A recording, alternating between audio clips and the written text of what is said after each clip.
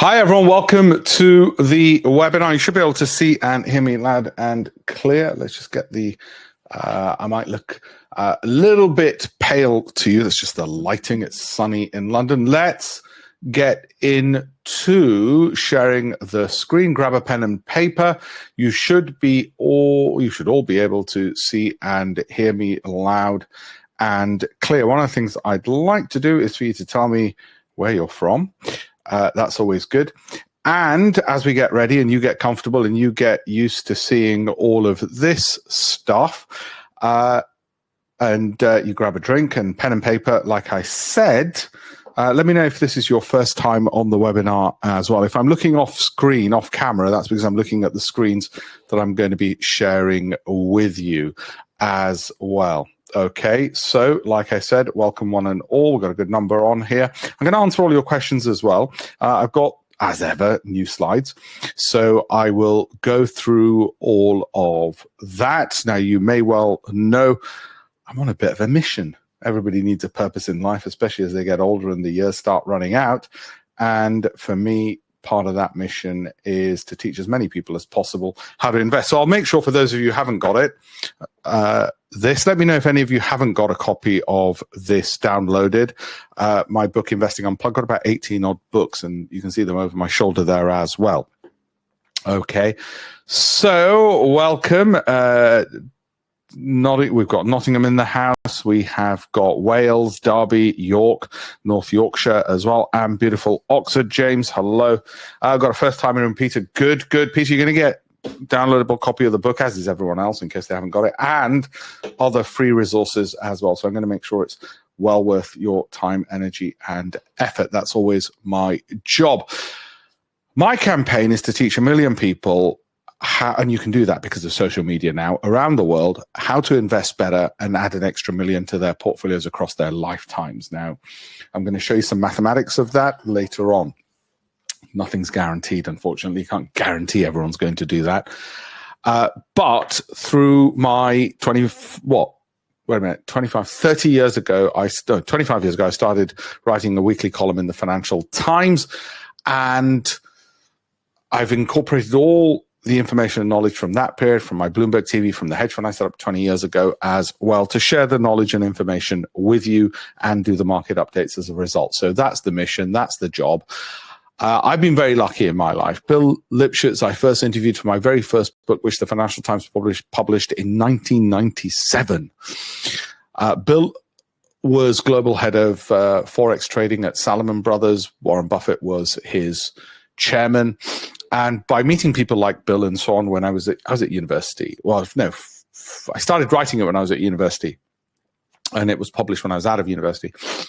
I've been lucky. I've been lucky to know the things that I know and learn the things that I've learned. So I'm going to share those with you. And it's been a good life, sort of talking about this. There you go. Prime Minister of Canada. He wasn't at that time as well. So I'm going to share all this with you. And today I've been looking for good quality UK companies to invest in, and none of these meet the mark. This is how I do it. This is what I'm going to talk to you about. I want you to think of this and the database here, because I look at UK companies, US, everything from my SIP and ISA. Okay. And if you're in the US or Canada or Australia, you've got the equivalent of SIPs and ISAs, tax-free savings accounts. I look at US, UK, exchange-traded funds from around the world, foreign companies listed in the US. Anything that can go in my SIP and ISA, that gives me 10,000 equities, 6,000 funds. Now, what I then do, and I'll explain in this, is mark in green the criteria that I'm looking for and if they meet them, and why those criteria are important. Well, I'll explain that as well. We know we want undervalued companies which are growing because the academic research proves it, common sense proves it. Cash return on capital invested comes from Goldman Sachs Wealth Management. I'll show you that a little bit later on. Companies in the top quartile generally generate 30% per annum returns, not every year, not every company in that, but on average, that's their return. So we want that in green and the other factors. The thing is, people ask me, why don't you look at more British companies? Well, when I do, I'm afraid I don't get any of them ticking all the boxes. So if they're not good enough to be in, they're out. I don't mess around with, oh, this is good, that's good. I'll give you an example. I've got a client who likes Entain. I'm sure Entain will, over time, do rather well. But I can't put my money into it because there's other companies which tick more boxes. Now, that doesn't mean it's a bad company. It doesn't mean that it won't go up. It just means if it doesn't tick all my boxes, and the returns that I want, then I'm sorry, not quite right. There's others that I'd rather go into. And I'll explain that whole process in this. Okay, now that's a bit like, think of it like I give you the recipe and the ingredients. That's the ingredients, and the recipe is ticking everything being green. So the ingredients are the database. I give you that. And let's say I give you the recipe, which is all these things have to be green. Then you make your own cake, find the stocks which are, I call that my approved list. Okay, and then I filter it. That's the recipe. I'm also going to show you ready-made cakes, which I call model portfolios. So there's recipe and ingredients. That's approved list.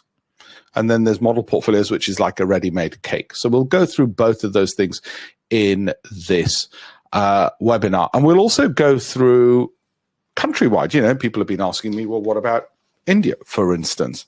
So we'll go through some of that as well, and some of the problems, issues, timeframes, and all of that. So I'll do all of those things. Adrian, hello, fitness and finance. I love it. I love mountain biking. I'm going to go, excuse me while I blow my nose live on air. Forgive me. I'm going to go to Chamonix to mountain bike in about a week or 2 weeks. This is the approach in more complicated terms. Don't worry about looking at this. Essentially, as I've told you before, what I'm looking at is undervalued companies, which also generate income, which also are growing. Now, that's not to say companies outside of that can't go up. Look, you could speculate and gamble on the market if you wish, and those other companies might go up. And then I would probably want to get that down to 14. It can go as high as 40. Excuse me while I blow my nose. I do apologize. I think it's the hay fever.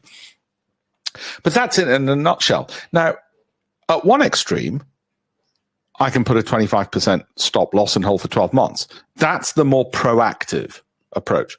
The less proactive approach is to have model portfolios where you might hold for 3 years. And I'll show you both. The model portfolios are more like a ready-made cake. Ingredients, recipe, bit more hands-on is the 12-month, 25% way of doing it. And what I found surprising is most of the people I speak to prefer ready-made cake. Why wouldn't they? They prefer everything made. And it should have occurred to me sooner. They don't like actually the ingredients and I mean, they like having the data and knowing it's there, the ingredients and stuff. They say, okay, those are the ingredients. That's the recipe, but I'd rather you just made the cake for me. So I'll do both. I'm a bit slow and didn't realize that people would prefer, of course, just everything made for them. But we'll do both because some of you like to know how it's made. You know, you don't just like to buy your cakes. You like to know how it's made. So we'll do that as well. So about over half of you think the FTSE will end up the higher than it is. Now, let's look at the same question from a Dow perspective. Okay. Right. So I'm going to go into this. Don't worry, I'm going to answer questions at the end as well. Hi, Rachel. Hi, Dylan.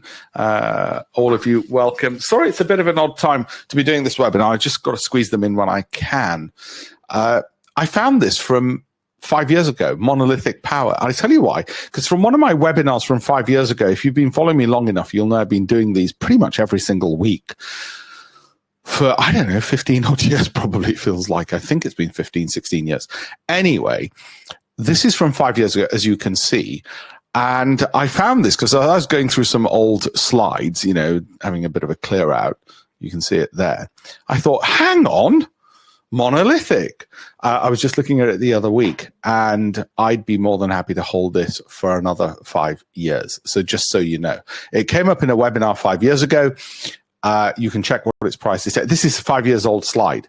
And I was just looking at it the other week, and well, not even the other week, I think at the weekend, and had put it down as to purchase for my wife and son, but on the model portfolio side to hold for 3 to 5 years, not on the 12-month, 25% stop loss rule. And you say, how do you decide which is which? Well, I'd like to be more proactive, 12 months, 25% rule. My wife and son, I like them to have the model portfolios sort of less active, so there's less bureaucracy. Horses for courses, everybody's of different types, and that's why I find it more suitable in that way for them. Anyway, I thought I'd give you that one. One of the problems I'm trying to solve is this UK poverty gap. The UK poverty gap, and why UK pensioners are getting poorer, is this, amongst many other reasons, is this. If you look at the UK, over the last 10 years, most fund managers will either underperform the UK market index, which is a well-known major problem. I've written about it in my Financial Times columns. I've actually shown the data and written about it here. Eugene Fama got a Nobel Prize in economics for showing fund managers underperform the index. But even if the minority who match the index were to do so, then over the last 10 years, all they did with your pension was get 50% at best, okay, over the last 10 years. I don't mean per annum, I mean overall. The poverty gap widens because the NASDAQ's up 371%. So the American fund managers, who also underperform but track an index, would at best do that index and make Americans richer. Now, that's a function of, thanks to people like Amazon and all the rest of it. And pensions tend to track their domestic market. You can push them kicking and screaming to invest from Britain abroad, but they just tend not to. So what tends to happen is, amongst the many other reasons why they underperform, is by tracking the domestic market, you get pensioners in the UK, pensions are up 50% over 10 years, and in the US, they're up 371. Now, you might say, well, wait a minute, what about this? What about that? What about that? Listen, 50, 371. You might say it's, no, you've got to say, it might be 60, Alpesh, and 371, it might not be NASDAQ, it could be the S&P. Yeah, it's still higher. Okay, it gets worse. Even the Indians are doing 3 times better than the British. The irony of it all. You could have had it all. But anyway.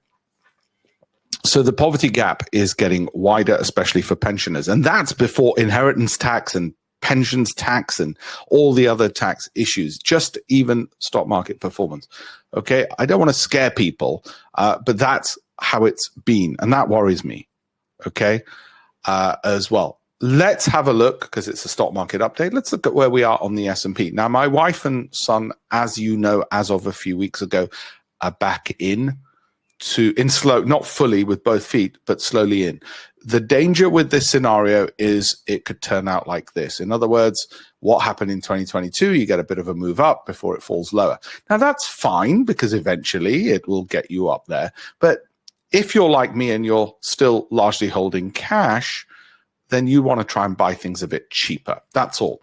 Wife and son, they're in to the S&P and a few other stocks, which I'll mention as we go through. Not fully, they're edging in, okay? A little bit. When I say they're edging in, my son's 7. In other words, his daddy is edging in for him into those stocks, and my wife's SIP and ISA, all right? Me, I'm still largely in cash. Why? Well, I'm hedging my bets and thinking if it's like this, well, wife and son are in the lifeboat, but I might be able to get something a bit cheaper, okay? Because like every typical dad, I'm a bit more parsimonious. They like spending, right? Well, they do what I tell them anyway. When it comes to investing and everything else, I do what they tell me. Of course, it could be like this scenario where we get a short, sharp movement in price. If you're wondering what all these dotted lines and straight lines are, it's just short and medium-term average prices, okay? When short and medium-term average prices are falling, and they rarely do it, but they did it here in 2022, then I generally want to be out of the market. You might say, well, why are you trying to time it? You don't have to. You could do what my wife and son do and just get in and stay in. So how are things at the moment? That's how they look. Alpesh, tell me in your time machine and crystal ball what the future holds. Is the market going to be higher or lower? No. I could give you lots of, see all those books I've written? I could give you a great story and narrative as if I was on the BBC doing my newspaper review, and you would be seduced into thinking he knows the future and he's awfully clever with his master's degree in economics and politics and his degree in law. No, I don't know. I don't know what the future holds.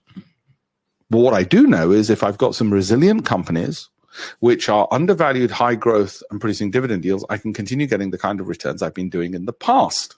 I can't guarantee it, but I should be able to. And if my wife and son are in the lifeboat and this goes up, they'll do well. If it falls, well, at least I'm in cash and can buy cheaper and bail them out. And they're not all in anyway. Do you see? Hedging my bets. And I'd rather do that than not. The idiotic thing would be to say, you've got to be all in or all out, and you've got to try and pick market bottoms and market tops.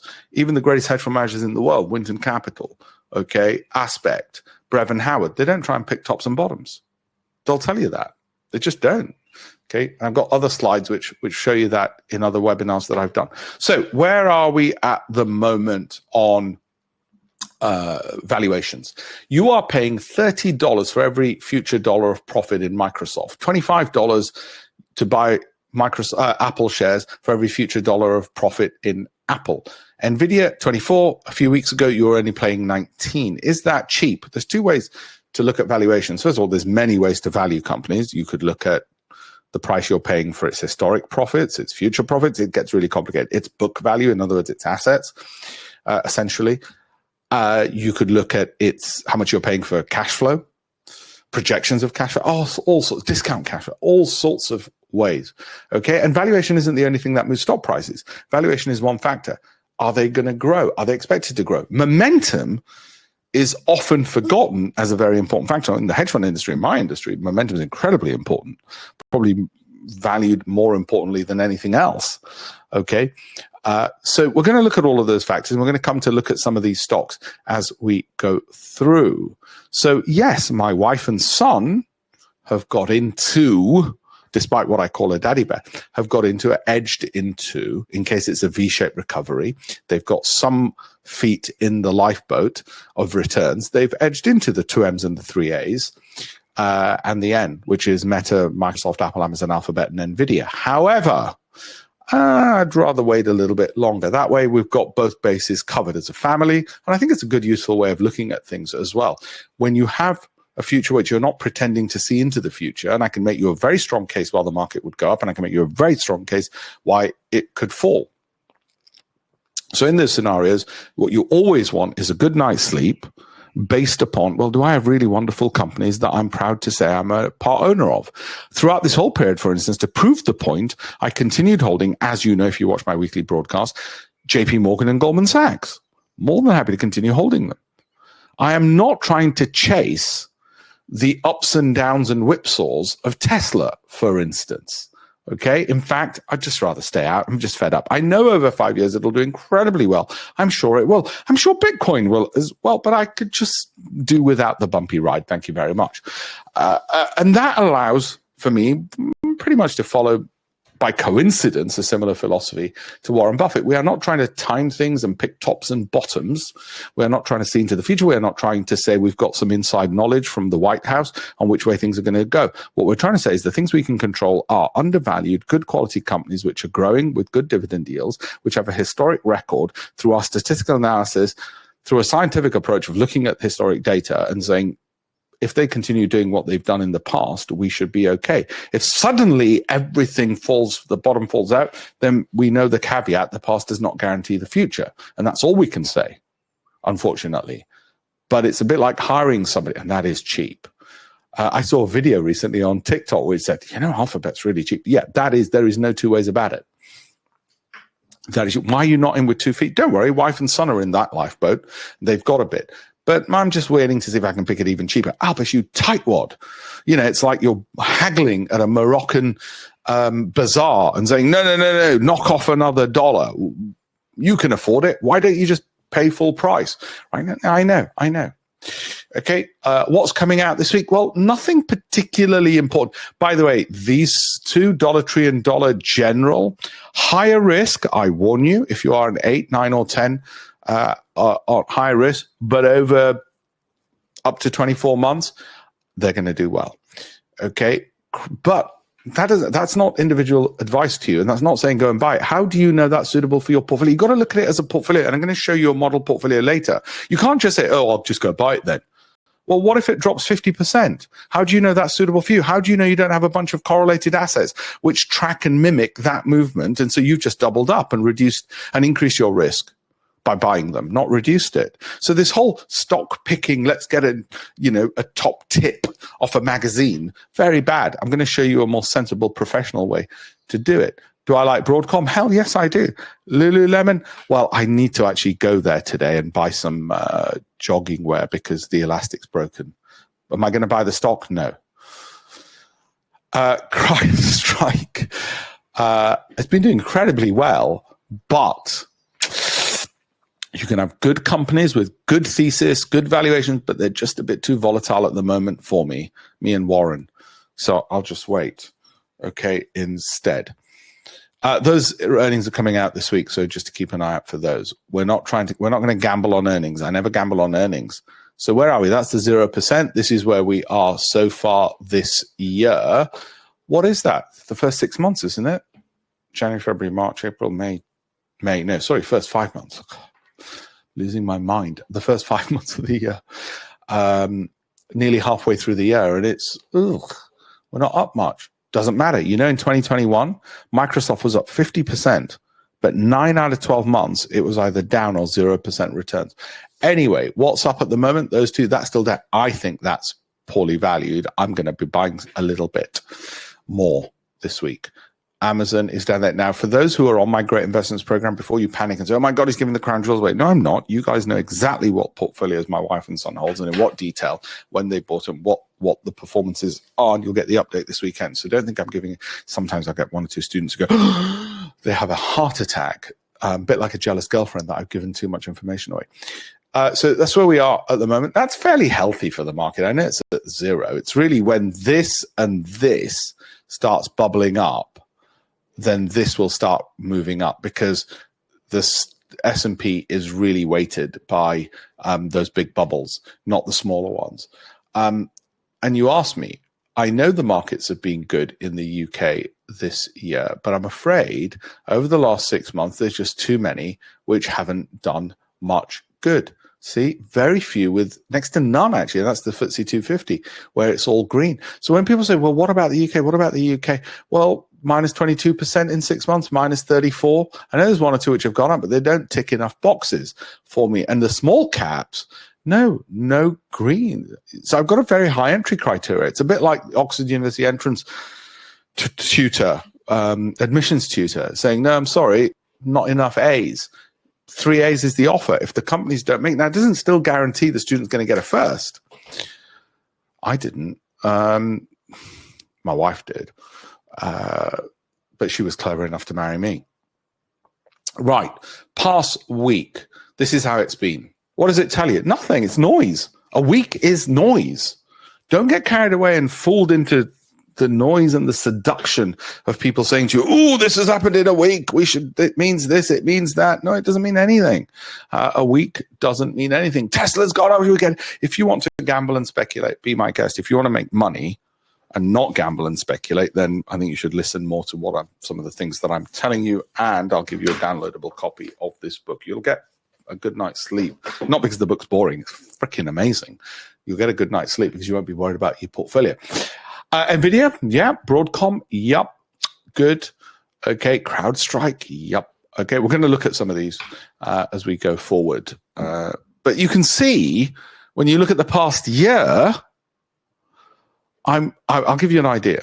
So Microsoft has continued to make significant profits, and those profits have gone onto its balance sheet after the first year, because it's where profits end up. If they don't get paid out by dividends, they're going to basically, profits will end up in your balance sheet. Your cash flow is going to end up in your P&L, and eventually, and your P&L is going to end up in your balance sheet eventually. That balance sheet has been getting fatter. What's one way to measure companies? The way that Warren Buffett prefers, though I prefer looking at P&L, he prefers looking at balance sheet because it's more conservative. It's like saying, yeah, profits can come and go and be manipulated, but balance sheet a bit more difficult. And he likes to look at cash as well, which I do. I look at all of those things. I'm equally conservative. It's only gone up 6% in the last year. I can fill my boots on that, especially with 2 times leverage. And I know I can sleep happy. And I know what's going to happen over the next 12 months. I want you to write this down. I'm going to kick myself that I did not put the Patel family fortune into 2 times leverage Microsoft for the next 12 months. I'm going to kick myself because it's going to be the easiest money I could have made. Okay. But I'm not going to do that because that's too much risk. It'll be silly, because Mrs. Patel will say, you've done something stupid today, haven't you, Alpesh? Put all your eggs into one basket and then leveraged it. Yes, that would be silly, darling. So I'm not going to do that. But what I'm saying to you is, sometimes you're sitting on a no-brainer. At the moment, for me, I'm circling some of the no-brainers. Okay. Oh boy, yes. I know. The narrative and news is making you think, oh, but surely it's the end of Alphabet because ChatGPT, et cetera, That's noise. And the thing about companies which are this big is they can acquire anybody they want and they can hire anybody they want. There's a hunt for global talent. There's a hunt for acquisitions. The two things the CEO of these companies do, well, it's three things. One, broadly strategy, but strategy is really make sure we hire the best talent, make sure we acquire the best companies in intellectual property. That's their job. It's not the normal job you and I have to do. We don't go around thinking, right, how many millions are we going to pay for the highest, best talent? We can't afford that. And we don't go around thinking, who should we buy next? We can't afford that either. That's their job. They play by slightly different rules. So I'm okay. I'm okay with those. And yes, I continue holding that. I know it's gone up loads. And I continue holding this. So that's fine. But I need to pick a few more things with my cash. Okay, I need to pick. What about Trump tariffs, Alpesh? What about this? I ignore noise. What about Rolls-Royce? I'll have to have another look. I keep getting asked Rolls-Royce constantly. I've not had a look recently. I've covered it many, many, many times. If you're sitting on a fortune in Rolls-Royce, then the simple rule is if it drops X%, sell Y. X can be 5, 10, 15, 20, 25, 30, 35, 40. Write those numbers down. That's your X. And then Y, based on your personal risk appetite, write down how much you're happy to sell. Because I don't know the future and I can't tell you what's going to happen with Rolls-Royce going into the future. Therefore, if you're worried because you're sitting on, 1,000% return, then if it drops X, sell Y based on your risk appetite. It's the smartest way to do it. The dangerous way to do it is to say, Alpesh will know exactly when I should get 100% out and 100%. How silly would that be? That would be unnecessarily making a black and white decision and trying to forecast tops and bottoms. You're going to confuse yourself and harm your portfolio. Why would you do that? It's a suboptimal strategy, as the game theorists would say. Okay. In future, at some point, I'm going to buy those. Not yet. Not yet. I can pick those up cheaper. Not yet. The time is not ripe for those. Okay. So you can see why I'm cherry picking out of that rather than cherry picking out of these. I do look at all this data. Okay. For the UK stocks. It's just that I can't find the same kind of quality. And I'd rather make the money. Year-to-date performance, not so great, is it? That's where the bargains are coming in. Okay. Well, I say bargains, yes. Son and wife are in it. I pushed them into that lifeboat. I said, get in there, get in now. Because I know I'm guaranteed at least a 25% return. It goes to all-time highs, and when it goes even higher, I'll get a good rate of return. When I do it, it's 2 times leverage, so everything doubles up. So I'll get a 50% return on that one when it goes back to all-time highs. I'm sorry, not all-time highs, when it goes back to where it was at the start of the year. Because it's down 20%, so you need to go up 25% to get to 100. 2 times leverage, that gives you don't you do 2 times leverage, because that's not suitable for your pension. It's suitable for me because I'm really old and know what I'm doing on that. Philip Morris, Netflix, GE, Palantir. Okay, we'll cherry pick some of these. But Salesforce, no, I know it's fallen, but it's too volatile for me. PayPal's still too volatile, and I've got some old stuff of that from ages ago. Look at this one. Not yet. That's another example of something which is selling at a discount, but not yet. And if you don't like the volatility, don't even bother getting in. Okay. I'll do a separate webinar on exchange traded funds. But I'm going to cover a little bit later on, I think, India ETF. Not yet for me, but in due course, yes. Okay. Michael, you missed loads, I'm afraid, but don't worry, there'll be a replay. We missed a lot. Markets over the past year, unusually, the UK has been keeping pace with the NASDAQ. That's unusual. As I've shown you earlier, that doesn't usually happen. Okay, my job's made very easy, given that I'm investing in a market which generally tends to go up a lot.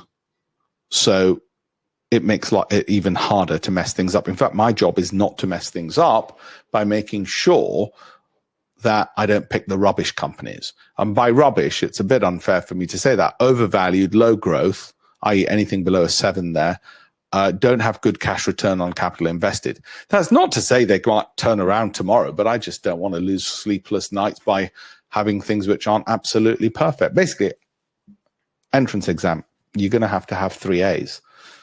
What do they require now? 5 A's, I guess, because everything's got easier.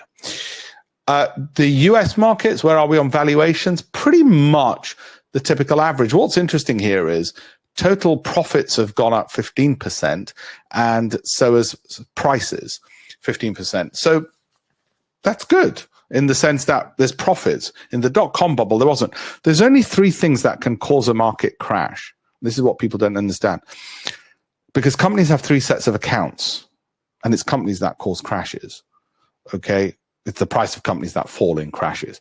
So what are the three things that companies have? P&L account, balance sheet, and cash flow. So those are the three places that a crash can happen. So what's a cash flow crash? That's COVID, where everything shuts down. You got no cash coming in. Doesn't matter how many profit, how much, how big your balance sheet is, you're screwed. That's a COVID kind. We don't have that going on. Then you've got, well, people thought tariffs are a cash flow crash. Not really. And by crash, I mean COVID type or 2008. I don't mean 2022, and I don't mean this year. Those weren't crashes. Those were slight deflation. They weren't bang. Okay. I mean, 2008, 2000 .com crash. Okay. The P&L one, where you're not making profits, is the .com bubble. Nobody was making profits. So eventually somebody goes, listen, we all know we're not making profits. Somebody's going to sell at some point. So we better get the hell out. And then the balance sheet crash is 2008, where people go, well, none of these companies' assets are worth what we thought they were worth. These mortgage houses are not worth anything. Right? So we're not in a crash. Now you tell me, where's it coming from? I can't see it at the moment. I can see some deflation because of overvaluation, i.e. P&Ls are too high, but that's just a normal market cycle. That's not a crash. So I'm not particularly worried. In fact, we're due for a need, some deflation in stock prices, because overall things are a bit expensive. They could continue going up, but they're a bit expensive. So it's a bit like 2022. Needs a bit of air let out of it so it can rally up again. Price earnings, yeah, I mean, this is what I'm talking about. Now, I don't care about sectors, as you know, so I don't care about this. I do bottom up. I look at individual companies. I look at companies, not bottom up, okay? Sorry, I look at bottom up, not top down. This is just for your information.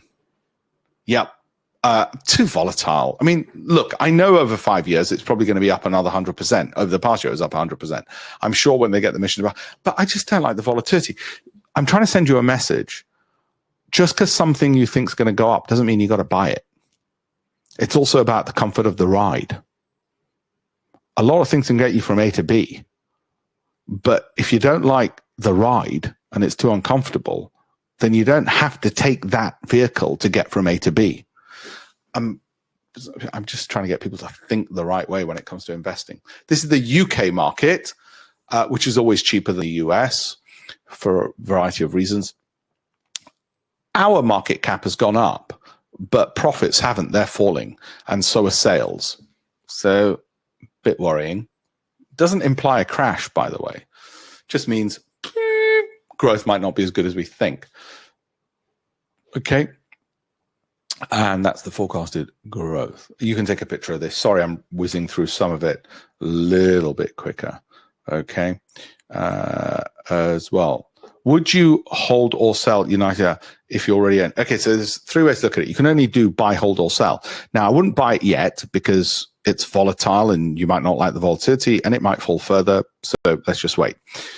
Let's the things to settle. So that's not buying. Hold, yeah, because it's a good solid company. It's dropped so much, so it's holding. So would you sell? No, because you'd hold and you're looking at buying. A bit like if Microsoft fell that much, I'd fill my boots, but I wouldn't with this one yet. So it's very simple. Okay. Now, ETFs. This is for your information. I'm not going to go through all of these. In fact, I don't know. I guess that depends on the Iranian deal. But anyway, these are not selections. I just wanted to share some data and information with you. It saves you. I'll do the donkey work like we do here for our clients by giving them all of this data and all of these spreadsheets and then teaching them how to use it. So this is just giving you the data. There's nothing particularly I want to draw to your attention at the moment because I've not had a chance to look at it, but there are some great names, cloud computing, robotics. However, don't plow into it.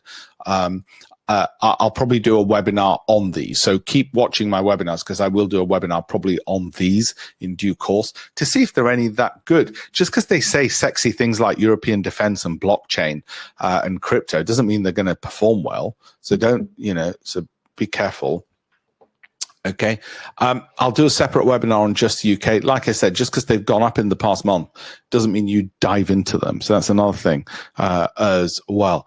NASDAQ 100, where are we? Now that, if you look at this, it is almost identical to the pattern here. And what we're looking at is short and medium term prices. Now, it doesn't mean it's about to fall. It doesn't necessarily mean that. So you might as well, bloody useless then, isn't it, governor? If it doesn't mean it's going to fall, you're not really telling me anything. What it means is wife and son in, me waiting. 50-50, because it's too 50-50 at the moment. I'm afraid it's too much 50-50 as well. Adrian, I'll come to your Diageo one in a second. Okay. Oh, thank you. UK's been okay. It has been, but bag holding Diageo has been a pain. I can have a look at it. My readjustment to the Alpesh research-based strategy is helping a lot. Good. I'm glad. I try and simplify things as well. Okay, so that's where we are with the NASDAQ. Now, overall, we know the direction. But why do people not follow things? They don't follow things for two reasons. The two reasons you mess up in the stock market, well, actually, there's three reasons you mess up in the stock market. First of all, you don't get good companies, and 90% are not worth having in your portfolio. Actually, it's more than that. It's 95%, because they don't have valuation, growth, all those other metrics.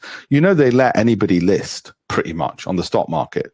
So there's very few which are of sufficient quality to get 3 A's and get into university, right? So that's the first reason, rubbish companies. The other two reasons you mess up is when you do happen to get a good company is you'll either panic or you'll get bored. Panic means it drops a little and you panic and get out too soon. Warren Buffett's often spoken about this. This is when you got a good company, okay? So if you got past the first hurdle, which is you got past it's like a game. You got past 95% of all the people trying to block you, which are the rubbish companies.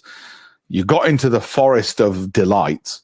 You got bored because you didn't get a return quickly enough, or you panicked when it dipped. And if you can get past boredom and panic, once you've got past the rubbish companies, you're in nirvana and heaven. I think I've got to draw some slides to explain this. Okay. So we know it's going to do that, but at the moment, wife and son are in. Me, I'd rather still wait. Hedging bets. FTSE 100, yes, it's been doing well, but it's a bit toppy. And I don't know when it's going to go sideways for another year. I don't know. Would I be confident it's going to soar? No, I couldn't say that confidently. If I was on TV, I'd tell you the same. The time I would tell you confidently I want to get in is if it starts looking like this, and it doesn't. It looks more like this. So I'd rather say it'll edge up a little bit, probably not going to soar, and more likely to go more sideways and not give great returns for now.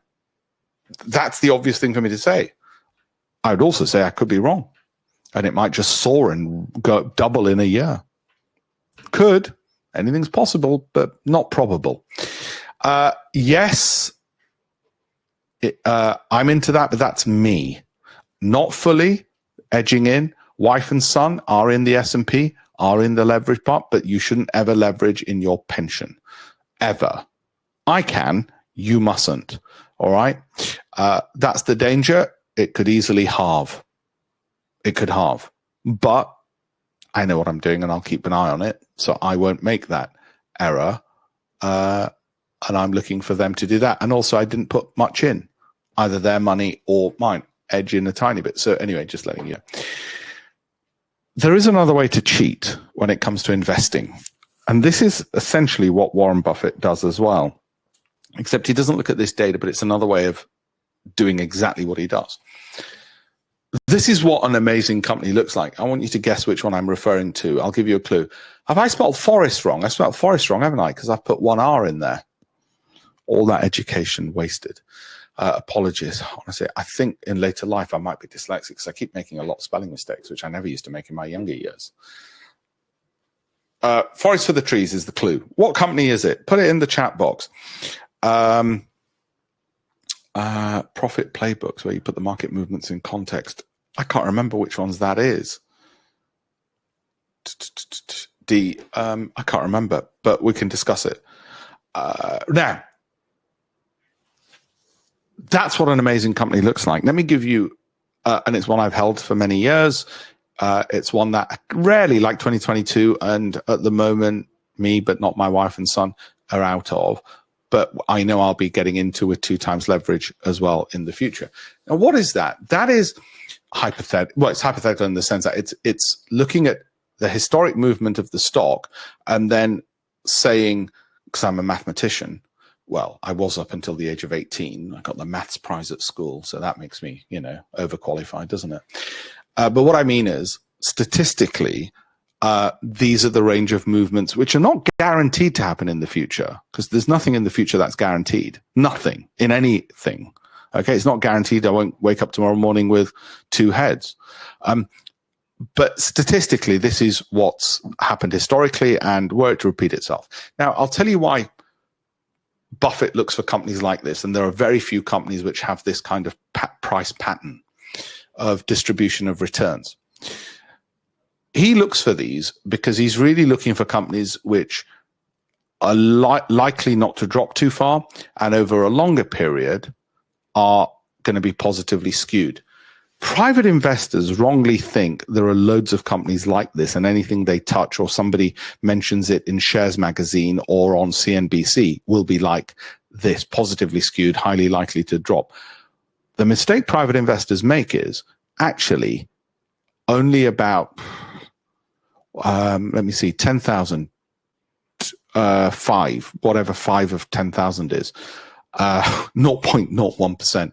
There's very few companies like this. I'd probably say about 40 I've got, which are like this, 40. And those 40 are not even as good as this.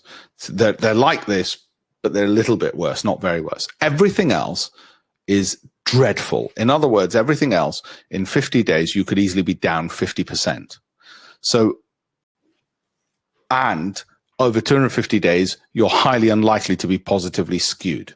What am I saying? What I'm saying is we cheat. What we do, because listen, I'm not mentioning Donald Trump or narratives on any of this and stories and tariffs. I could. This is boring. The most successful fund manager in history isn't actually Warren Buffett. The one who's made the most returns is Jim Simons. He's a mathematician. And it's stuff like this they do. I mean, I love the fact, the mathematics of it. He doesn't look at fundamentals. Jim Simons says, we don't have opinions on stocks. The computer has opinions. We follow the computer. This is more of what they do. And all I'm doing, if I tell you in terms of cheating, is I'm looking for the positively skewed with very limited short-term downside. Why? Because then, first of all, I can leverage it, but forget leverage for a second. It means I'm more likely to make money. By the way, does anybody work out what this company is? Nobody said what it is. Forrest is correct, but is amazing. Yeah, that's a clue. Amazing.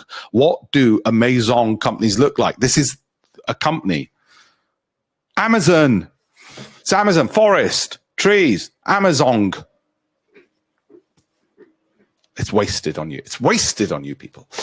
That's what we're looking for. There's very few like this because these are the ones that can make us rich. It's that simple in many sense. What do people end up doing? They get looking at Bloomberg and going, oh, it's going to drop. Oh, it's gone up. Now it's going to go down. What should we do? They're gamblers. Retail investors are basically gamblers. And they don't like to look at probabilities. They don't look at low downside return, high upside reward. And they certainly don't look at statistics. That's me cheating. Here's another one. Another amazing company. Clue. Humans can't think right. I just don't trust humans. I love this one. Okay. Positively skewed. Yeah, I know, minus 40. So you got to be careful. You can't leverage this one. You do not want to do leverage on this one because of that. Okay, and yes, you can lose that, but that's the forest you have to get through to get to that. Can anybody work out which company that is? I'll tell you in a minute. It's got something to do with not trusting humans. Okay, that's another way we do it, and it makes money. Synopsys. At the moment, that company wasn't Synopsys, but it's NVIDIA. This is NVIDIA. Okay, just so you know. Wife and son, I'll wait till it gets a bit cheaper. Thank you very much. I'll buy it when it does this. If I buy it when it does that, and then I know it's going to end up here, know as well as you can know, It's money in the bank. I'd rather do that. How do we get there? How do we find those? Well, we do this, and it helps us narrow it down. I wish there was a quicker way of narrowing it down, but there isn't. Do I look at what analysts are saying? Less so. Synopsys at the moment? No, not at the moment, but I will in future. But not quite at the moment. Why? Well, it ticks a lot of our boxes, but not at the moment because I think I can pick it up a bit cheaper because I'm a cheapskate like that. Okay. What about the other extreme? What if we do the model portfolios? These are all the possible portfolio mixes you could have. Annualized returns going up, volatility mixtures. Guess what? Some of them you wouldn't want to ever have. They'd be poisonous. You know what the problem is? Most fund managers end up giving you, if you're lucky, 10% returns, but volatility of 25 or 30%. That's pretty rubbish. They send you the rubbish stuff. I have not managed yet to invent or create that one. Although one of my clients took this and has got very close to it. Okay. Portfolio 21. Portfolio 21 is the equivalent of me rocket science engineering an Elon Musk rocket that lands on chopsticks and goes to the moon via Mars. Wrong way around. Right? So ideally what I want with the portfolio, and this is the other end, this is where we make a cake and say, look, do you like this portfolio? You don't have to pick it. You could cherry pick off it, but we show more of how it interacts with each other. Because remember, a stock is an ingredient. If you mix a load of different stocks together, how do you know how they react with each other in a portfolio? If they're all highly correlated, you've just got incredible risk and, you've messed it up.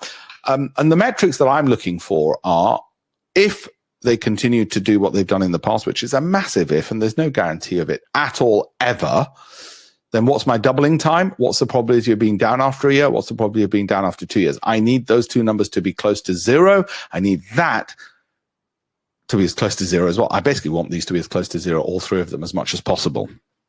As much as possible. The mathematicians in you will have thought, hang on, wait a minute, I can work out an algorithm. Yes, you can. Okay, so all we're trying to do. What's the problem then? The problem with most retail clients is this is how they pick stocks. Oh, I like a bit of that. I like a bit of this. I got FOMO. I got FOMO. I got paralysis analysis. They don't get on with it. Okay. Actually, somewhere between 20 to 40 stocks will remove market risk. Will remove company specific risk. The only way to remove market risk, like we had to in 2022 and for part of this year, is getting out of the market and holding cash. Right? Simple. 20 to 40. Got more than 40, you're wasting time. Got less than 20, you're taking probably more risk than you want to. And also, then they don't know when to let go. Right? Like this guy or this woman, I don't know which one's the psychopath. They don't know when to let go of their portfolios. We have two options. If it's a model portfolio, probably going to hold it for at least 3 years to give it ample time. If it's more from you're making it yourself, then 12 months, 25% stop loss, and then review. Now, that's more for the proactive, higher, willing to take higher risk people. Model portfolio is more for the, hey, mate, can I just sit back and take it a bit easier? Why do I look at CROCI from Goldman Sachs Wealth Management? Why do I think it's so important? Well, that companies in the top quartile, the top 25%, generated 30% per annum. So I need to tick that box. I need companies with the CROCI box ticked, of which there tend to be relatively few, as you can see. Okay? Doesn't mean you can't go up just because of that. And it doesn't mean just because you've got that you're bound to go up. But it's better to have that and all of this. In fact, even if you've got in the top quartile and your valuation is rubbish, like here, and no growth, you will fall. Okay? So we need those boxes ticked. So we do all the donkey work, or rather Excel does all the donkey work. This is from Goldman Sachs research from their quantum database. They stole it from Deutsche Bank, and I stole it from both of them. I need that box ticked. Doesn't guarantee the future, but I want it ticked. So you've got two simple options for yourself, by the way. You've got two simple options. Okay. Option one, you can pick your own from an approved list like this. Make sure when you create your own approved list, you look at valuation, growth, cash flow. You want low volatility, below 20%. You want high consistent returns. Basically, you want a high Sortino. Okay, you want a high Sortino. That's going to be essential. a high Sortino, right? That's one way. You get that, you filter it, and then you select from there, and you've got a portfolio. That's that's like getting one of those Gusto boxes where they give you the ingredients and the recipe, okay? And some people like that. I personally, when it comes to cooking, don't like that. When it comes to making my portfolio, I do like that. The other option, which is what most people like, is you go to the supermarket, you make something ready, you buy something ready-made, which is what I call a model portfolio. I should call it model proven portfolio, MPPs. Now, for these, you want to go for ones which have got historic as a portfolio as a whole, high returns over a prolonged period of time.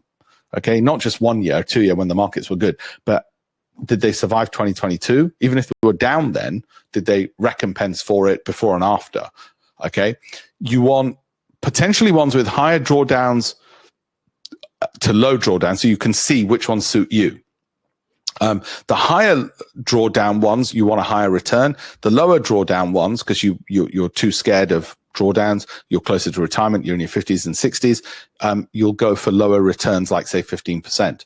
For higher drawdowns, i.e. 20% drawdown, you'll go for 30% returns, or 25% drawdowns, 30% returns, okay? Past does not guarantee the future. I wish it did, because my life would be bloody easy. Oh, and there is another option. You can mix and match those two. So let's look at that. This is option one, where you do that. You filter. All the ones are green, 25% stop loss, 12-month holding period. You're more proactive. You're more looking at the data, and you're more in control. You're buying and holding all of these in your own portfolio.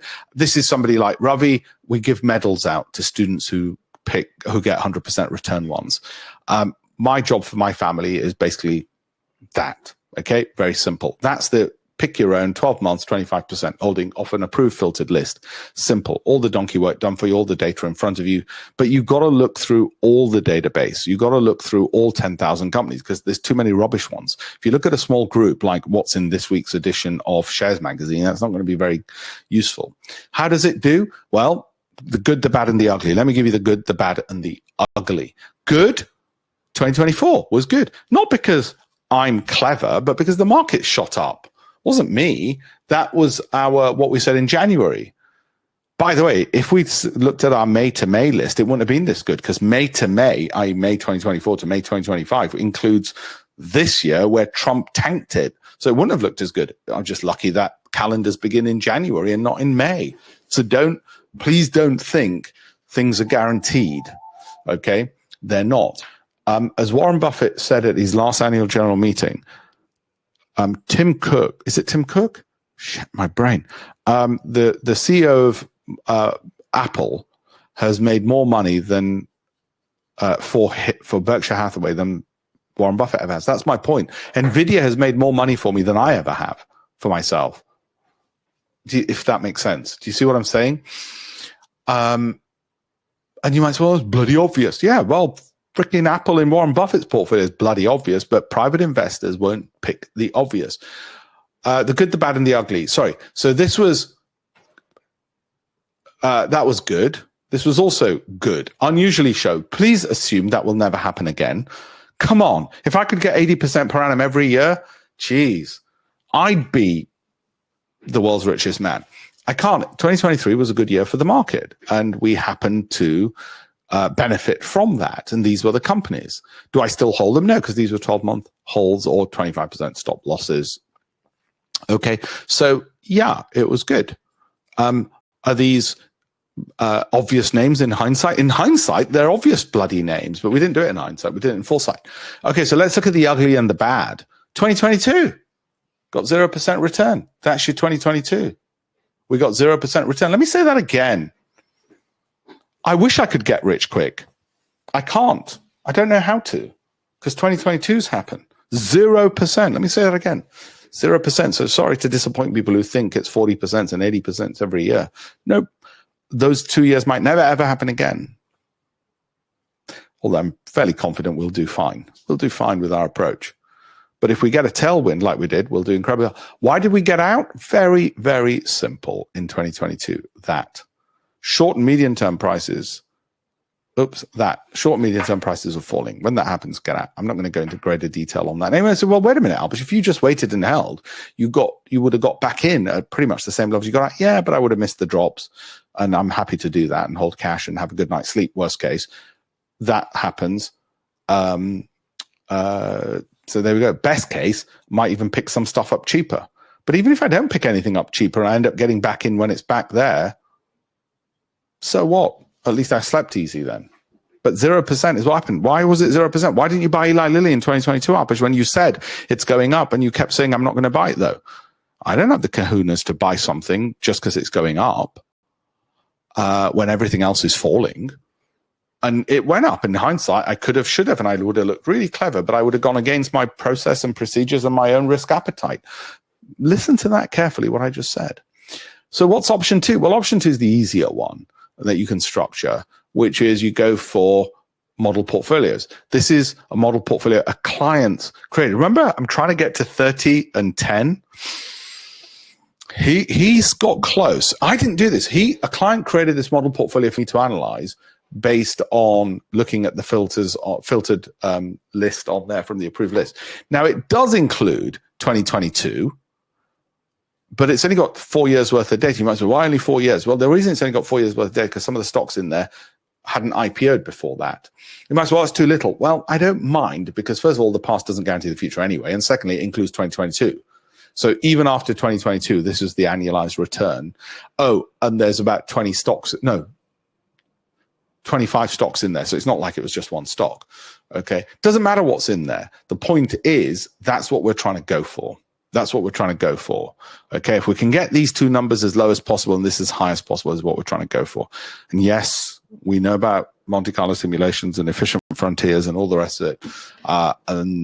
This is before doing an efficient frontier or portfolio optimization. And I like unoptimized portfolios because when you optimize, you're curve fitting very often. So I prefer it being equal weighted stocks because it adds a degree of randomness to it. That's what it looked like. And the things I always like to know with any portfolio of mine or for a client is this: what's the underwater period? What's the worst case scenario of having negative or zero returns? How many months? And what's the worst drawdown? Okay. And that's what it generated. Okay. I like to know those numbers. This kind of analysis actually comes from the hedge fund industry where that's what we look at. So this is the client, Paul. It's his second version because we want to get it right. He selected them and we did the analysis and ran it, but he selected it from our approved filtered list and our other models. Do you see what I mean? So he's in control, in charge, understands what he's doing, gets the data and transparency. Then he looks at this. Now, because it's a model, he's probably not going to hold it just for 12 months. He'll probably want to hold it longer because the returns are pretty bloody good. Why would you hold for 12 months and then move to something else? Whilst there is, when we run the model and the statistics, whilst there is a chance he could do really well at the end of 5 years and go from, say you start with a hypothetical million, then after 5 years, there is a possibility you end up with nearly 5 million, but that's highly unlikely. The probability of that's frequency, probability of that is quite limited. It's most likely that within 5 years, was it 5 or 3 on the analysis? Because this is walk forward analysis. He's going to at least have doubled. I think it was 3 years we did with this one going forward. So over the next 3 years, there is most likely scenario it will double if it keeps performing as it did historically. There's no guarantee it'll perform in the future as it did historically. Obviously, there isn't. Please have a look at this for a whole bunch of free resources. I'm going to answer some questions. And as I do, I'm going to walk you through why not just give it to a wealth manager or an IFA or a fund manager? Why do it yourself, Alpesh? Why are you encouraging us to read your book and do it yourself? Why are you trying to empower people to do it themselves? I'm going to explain that as well. Why not giving it to an IFA? First of all, Nobel Prize winning research from Eugene Fama shows the IFAs and wealth managers are rubbish. And I first wrote about Eugene Fama's research 25 years ago in this book before he won the Nobel Prize in economics, I'm proud to say. Okay. Of course, they charge fees, which you could just save by learning to do it a little bit yourself. They know you won't leave anyway, so they're not really incentivized to do well. They're often tied to a geography. This is a UK fund. Well, if the UK stocks aren't that great, getting stocks from a small geography is tying your hand behind your back. You should be looking at the whole universe of companies.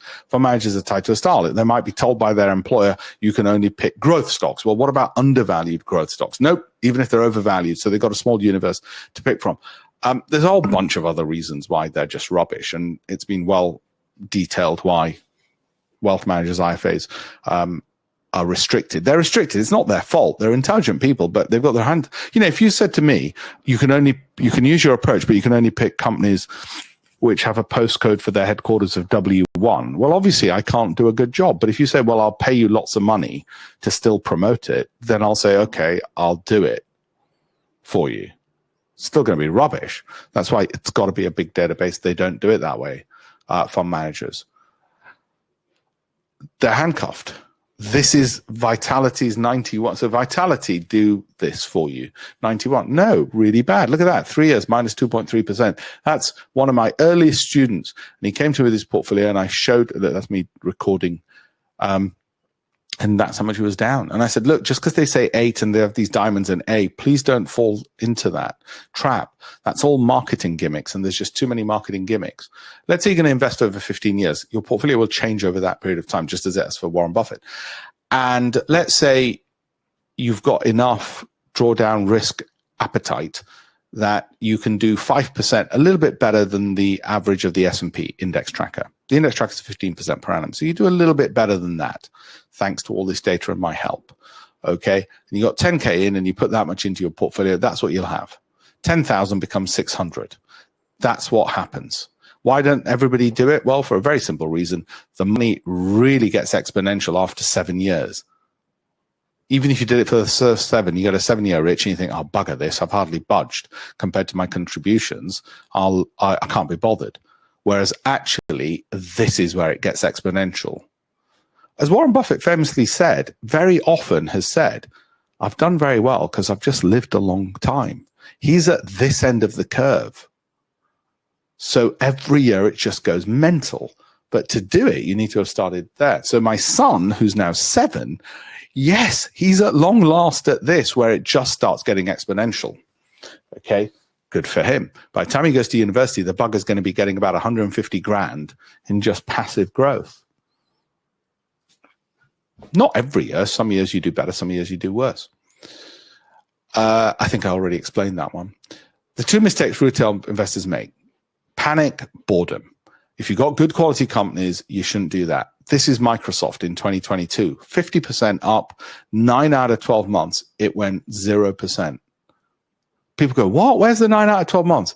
There's a whole bunch. There's a bunch. There's a bunch. Okay. There's another bunch. Most of the time, you are looking at it doing nothing. That's what causes boredom. Forget that. I create a flow chart so it's easier. When you've got a flow chart in front of you, you don't panic because you've got a plan. When you've got a plan, you're happy. This is the problem. Those people.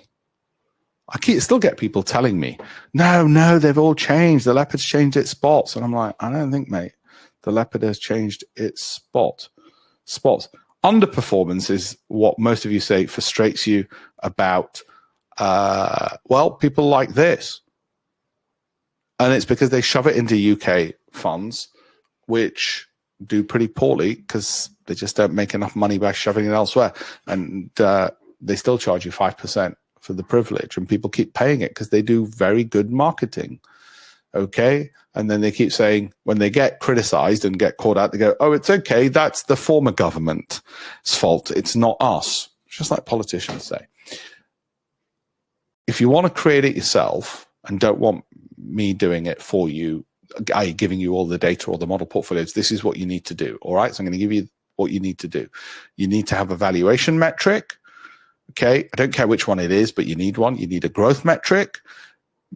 Income, that matters less, but it is important. You want a momentum measure. I don't care which one you use. And statistically, when you put the portfolio together, don't worry about it. I mean, that's going to be too complicated for you anyway. Right? So what does it look like? And then it should look like something like this. Okay? If you want to create yourself, that's how you do it. How do we know any of this works anyway? How do we know what works? Well, it's been researched loads. I mean, these guys researched it for a start. What has worked in investing? Okay, studies of investment approach and characteristics associated with exceptional return. There's a lot of research on this, going back in the scientific way over a long period of time, lots of data, and then looking at every single decile for PEs, for valuations, for growth, and what happens if you start combining them all. It's all I ever did. I published it in the FT. I published it in my books. I talked about it on Bloomberg TV because it works. Okay, that's my first column in the Financial Times. September the 1st, September the 11th, 9/11/99.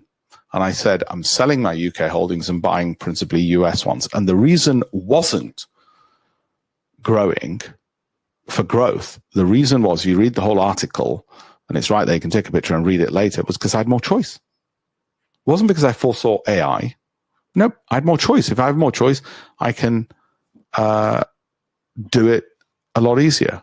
And by the way, if you want to look, okay, why don't you compare what's happened to Marks and Spencer since then and what's happened to Walmart? There's a couple of companies that I even mention in there. You just look what's happened in that period. All right. I didn't make the money. Walmart made it for me. All right. I've shown you what happened last year. My job is for the students of mine. I met one earlier today in person. He's more, he's got a lot of money. He's got quite a bit. He's in his 50s and he wants to be around here. I've got others. Sorry, I don't know why it says that. I've got others who are, no, I want less drawdowns, less volatility. They're here. Very few who are sort of 60 and say, no, I want to be here. I don't care about doubling. I just need to get modest. You know, they're sort of there. So that's 60s. Closer to retirement, that is 50s, loads of capital, or 40s, dentists, pharmacists, lawyers, entrepreneurs, business owners, property owners, they're going to be around here. The older people, we're going to try and create the model portfolios there. And then there's sort of a middle, which is cautious people in between who are more there.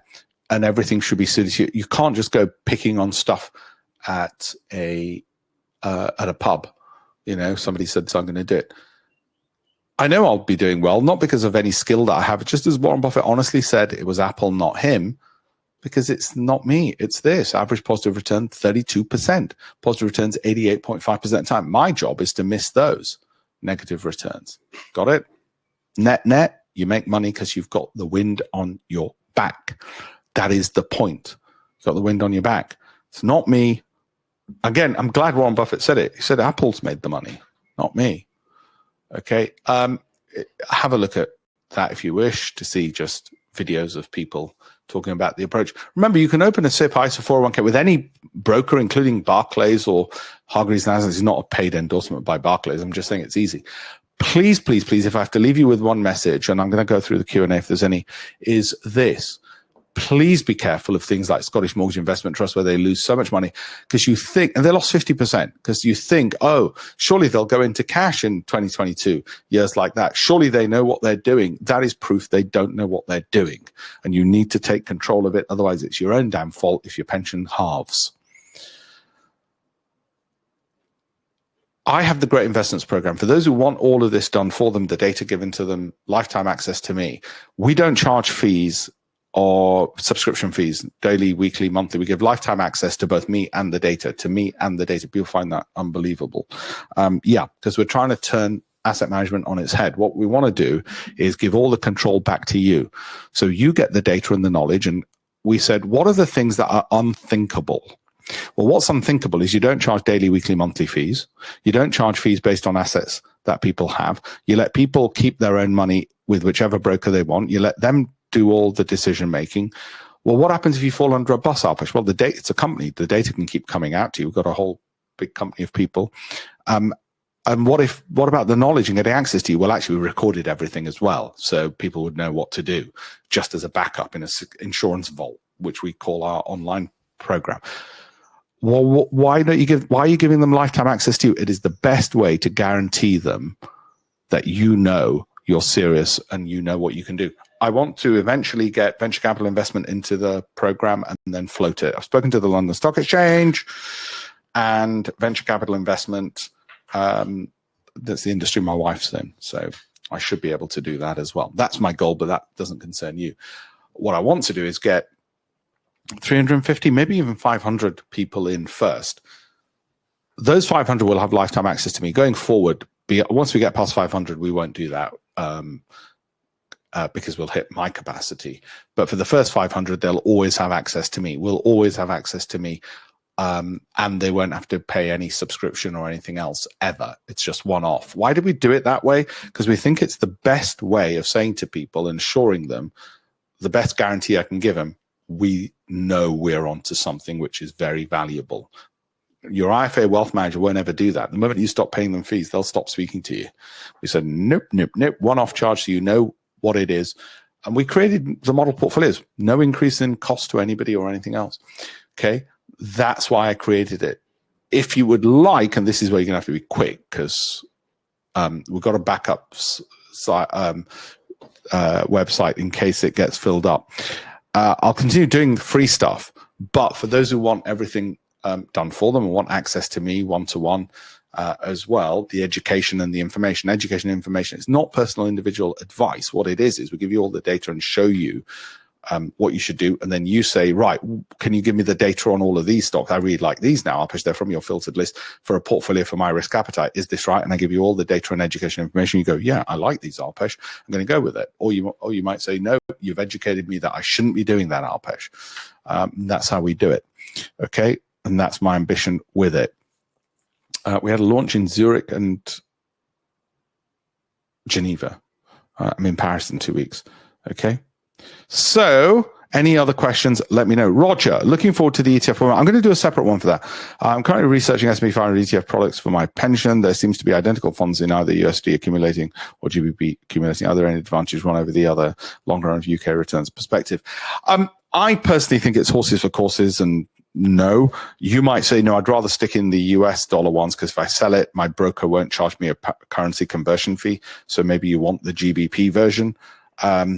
I've not found strong technical reasons to move from one version to the other.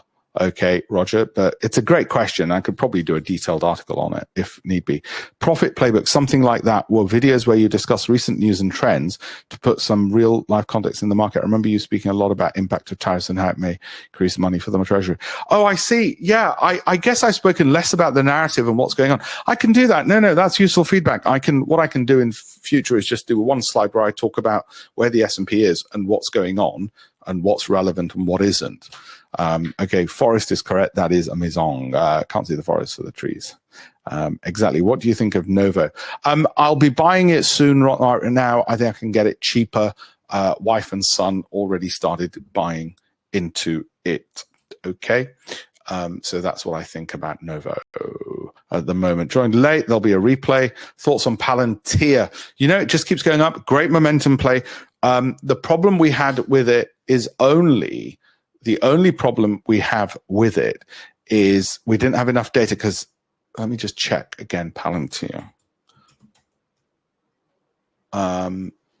So it's a great company, but because the float was quite recent, we don't have a long, like Warren Buffett, I tend not to do IPOs. You might say, IPO, what are you talking about? It's been 3 years. We need longer data for that. Of course, I wish I got in at 6, didn't. And it goes up. Can it keep going up? It may well do. It's a solid company, I should tell you. But in terms of ticking all the boxes, look, if you really want to get into it, you've got 2 choices. Either you're going to use the shorter term exit rule, which is if it drops 25%, or if it drops X, sell Y. That's one way. But look, it can drop 50%. Just be warned. Okay. And I don't know whether it can also drop 75% again. All right. So it's volatile. So given that volatility, I'd rather look elsewhere. That's the thing. Or you say to yourself, I don't care. I'm just going to buy it. Even if it drops 75%, I'll just keep holding forever. And there might even be 3 years where I get a 0% return. Okay. 3 years of 0% return with a 75% drop is not my kind of company. It's not to say it can't grow, and it's not to say it's grown incredibly. It's great for social media, but for my portfolio, 3 years underwater and a 75% drawdown is too wide of the parameters. Okay, so when I ask my clients, what's your risk parameters? And they say, well, I don't want to be underwater that long. Then that tells me something. Okay, it tells me that I don't want that in there, I'm afraid. Okay. Thank you, everybody. Thank you for those signing up. Put it in the chat. I can give you a shout out as you do as well. Any other questions, let me know. If you want me to hold a space for you over the weekend as you think about it, let me know as well. My goal, I want to float it as a destroyer of St. James's Place. St. James's Place has about 1 million clients. And the problem they have is poor performance. I think people should be, I'm a libertarian. I think people should be in control of their own SIPs and ISAs, not giving it to a black box fund manager who underperforms and keeps charging fees. Books wasn't enough to get people to do it themselves. So what we did is, because the book shows you how to do it yourself, what we did is then collect all the data and do it for them, give them access to the database for life, but also give them the knowledge and access to me through online education and me directly one-to-one tutorials, showing them what to do and then evaluating their portfolios. Not giving them individual advice and saying, you should buy this, you should buy that, but saying, here's what fits with the criteria you said, let's educate you, inform you, and here's the data based on what you like. So they're more, in charge, and they can be, they should be, okay, in these things. Thank you all very much. I'm going to go off now, get a spot of lunch, or actually go to Lululemon and go get some elasticated bottoms instead. Okay, thank you. If there's anything you'd like to see more of in future, as Dee said on the webinar, let me know. If there's things that you want to see less of, let me know as well. I always want to make sure, I've got to give you free stuff. The books, wait a minute, I'm going to share a load of stuff with you. The book in particular as well, I'm sharing. You should be able to see that downloaded. Hopefully you can see it. A whole bunch of files should come up on the screen. Let me know. Thank you all very much indeed. Thank you, Chris, Adrian, Clovis, Skirden, Michael. Thank you.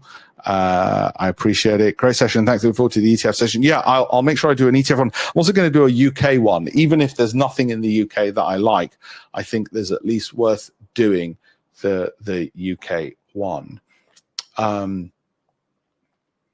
As well, and as I said, the ETF one. The problem I've had with the ETFs at the moment, and I'm looking at, some of the ETFs and their performances, the problem has been they're either overbought, they're just not generating enough return for the low volatility, for the volatility that they've got, and it was just better to create your own ETF. So, the Peter ETF, which is based on the stocks you like, to see if we can replicate what you ideally wanted, i.e., lower volatility in that exchange trade fund and those stocks, and that's been better for my students than just trying to pick an ETF.